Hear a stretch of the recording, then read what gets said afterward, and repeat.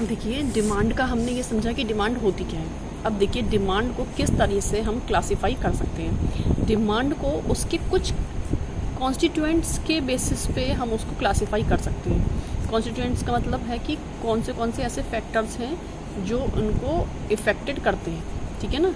उस बेसिस पर हम उनको क्लासिफाई कर सकते हैं। तो डिमांड जो है क्लासिफाई कर सकते हैं हम किसी बेसिस पर। 3 बेसिस हैं वो, क्या है, एक तो प्राइस डिमांड, दूसरी क्या है इनकम डिमांड, तीसरी क्या है क्रॉस डिमांड। ठीक है, प्राइस डिमांड, इनकम डिमांड और क्रॉस डिमांड। अब देखिए, प्राइस डिमांड और इनकम डिमांड और क्रॉस डिमांड का मतलब क्या है। जब हमारी डिमांड जो है प्राइस से इफ़ेक्ट होती है, और ये जाहिर सी बात है कि प्राइस से डिमांड बहुत ज़्यादा इफ़ेक्ट होती है, ठीक है, तो वो प्राइस डिमांड कहलाती है। क्योंकि अगर आप कोई चीज़ आपको 10 रुपये में मिल रही है और वही चीज़ आपको दूसरी जगह पे 8 रुपये में मिलेगी, तो उसका इफ़ेक्ट पड़ेगा या नहीं पड़ेगा? बिल्कुल पड़ेगा। तो price is a very important determinant of demand, ठीक है। इसी से, प्राइस डिमांड से ही हमारा जो डिमांड है वो कर्व निकल कर आता है लॉ ऑफ डिमांड का, कि higher the price lower the demand. जैसे जैसे प्रोडक्ट के प्राइस जो है वो क्या होते जाते हैं, हाई होते जाते हैं, तो प्रोडक्ट की जो डिमांड है वो कम होती जाती है, ठीक है ना। ये क्या बताता है कि it shows those quantity of goods which other things remaining the same the consumer is ready two by at a particular moment of time on the different hypothetical price. मतलब कि डिफरेंट प्राइस पर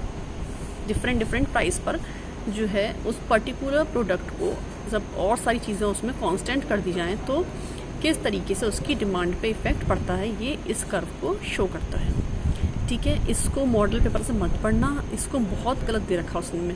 पूरा जो ये है आपका image पूरा गलत दे रखा है। इसमें देखिए, यहाँ पे क्या होता है, जैसे जैसे प्राइस बढ़ता है, इसको पहले बाद में समझिएगा। एक प्रैक्टिकल बात समझिए कि अगर आपके पास 10 रुपये है ना, तो आप सोचोगे कि आपको प्रोडक्ट की जितनी डिमांड है, सपोज़ आपको 10 रुपये की एक चॉकलेट खानी है, तो आप तुरंत से खा लोगे। आपके पास 100 रुपीज़ हैं, तो आप सोचोगे कि चलो 2-3 भी ले लूँ।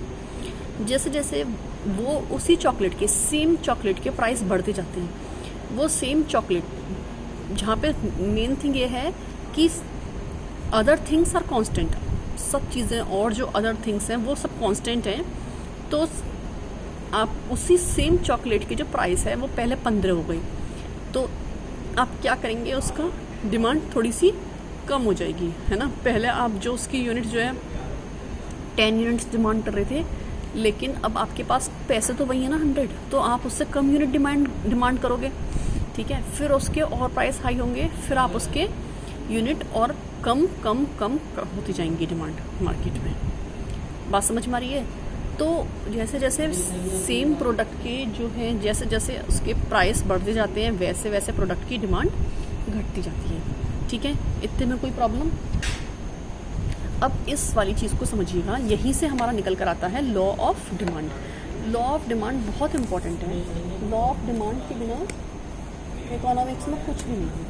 तो लॉ ऑफ डिमांड को समझिए। लॉ ऑफ डिमांड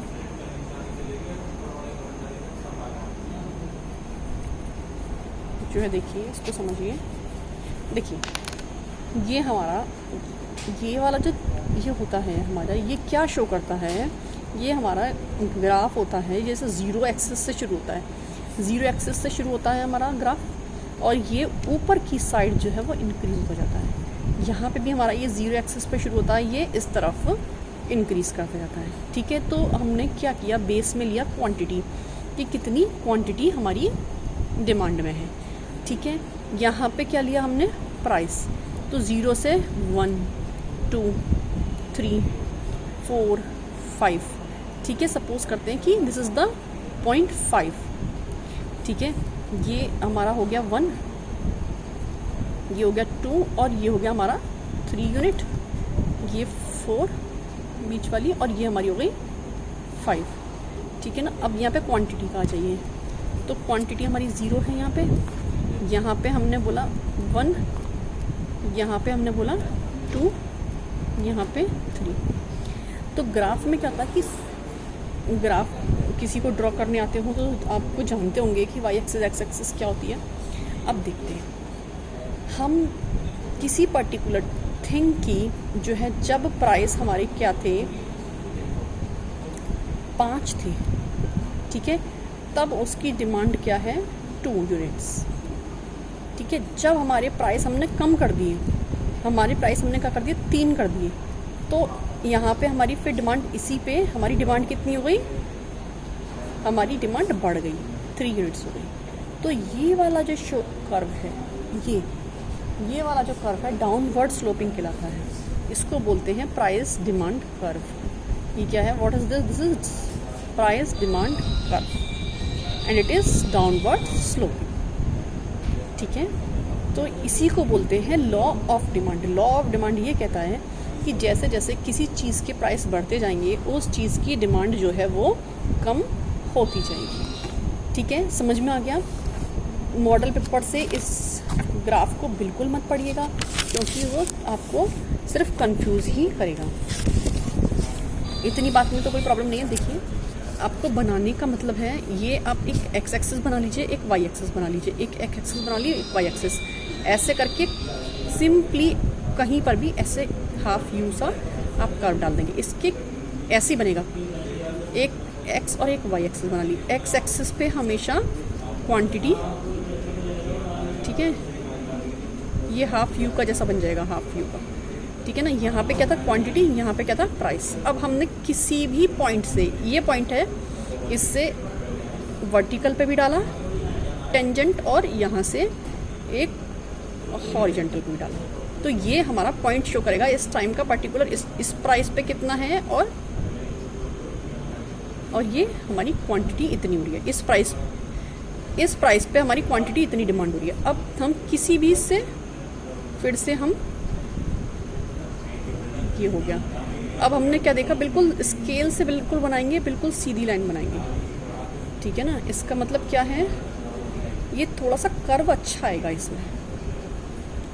अब हमने देखा यहाँ पे प्राइस ऊंचा हो गया, बढ़ गया, और डिमांड कितनी हो गई, कम हो गई, ठीक है।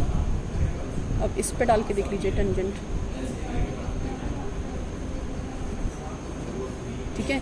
यहाँ पे क्या हुआ, प्राइस कम हो गया और हमारी डिमांड बढ़ गई, ठीक है।